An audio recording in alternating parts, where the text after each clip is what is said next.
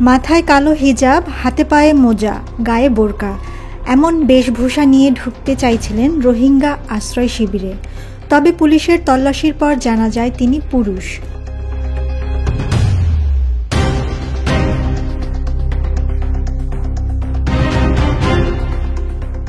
থাকেন রোহিঙ্গা শিবিরেই।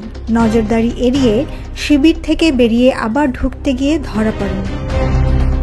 গতকাল বুধবার রাতে টেকনাফের নীলার শালবাগান পুলিশ চেকপোস্টে এ ঘটনা ঘটে।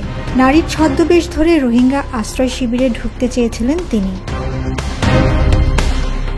তবে আচরণে সন্দেহ হলে থামিয়ে তাকে জিজ্ঞাসাবাদ করেন পুলিশ। এক পর্যায়ে বোরকা খুলতেই আসল পরিচয় সামনে আসে। এরপর তাকে আটক করা হয়। ওই ব্যক্তি শিবিরেরই রোহিঙ্গা বাসিন্দা, নাম রশিদ আহমেদ। তিনি কক্সবাজারের টেকনাফের নীলার ২৬ নম্বর রোহিঙ্গা আশ্রয় শিবিরের ফরিদ আহমেদের ছেলে। পুলিশ জানায়, ওই রোহিঙ্গা যুবক আশ্রয় শিবির থেকে বের হয়ে কোনো অপরাধমূলক কর্মকাণ্ড করেছেন বলে তাদের সন্দেহ। এ কারণে আশ্রয় শিবির থেকে আইনশৃঙ্খলা রক্ষাকারী বাহিনীকে ফাঁকি দিয়ে বের হয়েছিলেন। আবার ছদ্মবেশ ধারণ করে আশ্রয় শিবিরে যাওয়ার চেষ্টা করেছেন।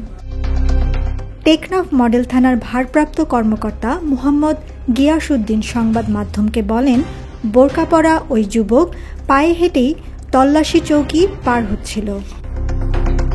তার হাঁটাচলা দেখে সন্দেহ হলে জিজ্ঞাসাবাদ করা হয়।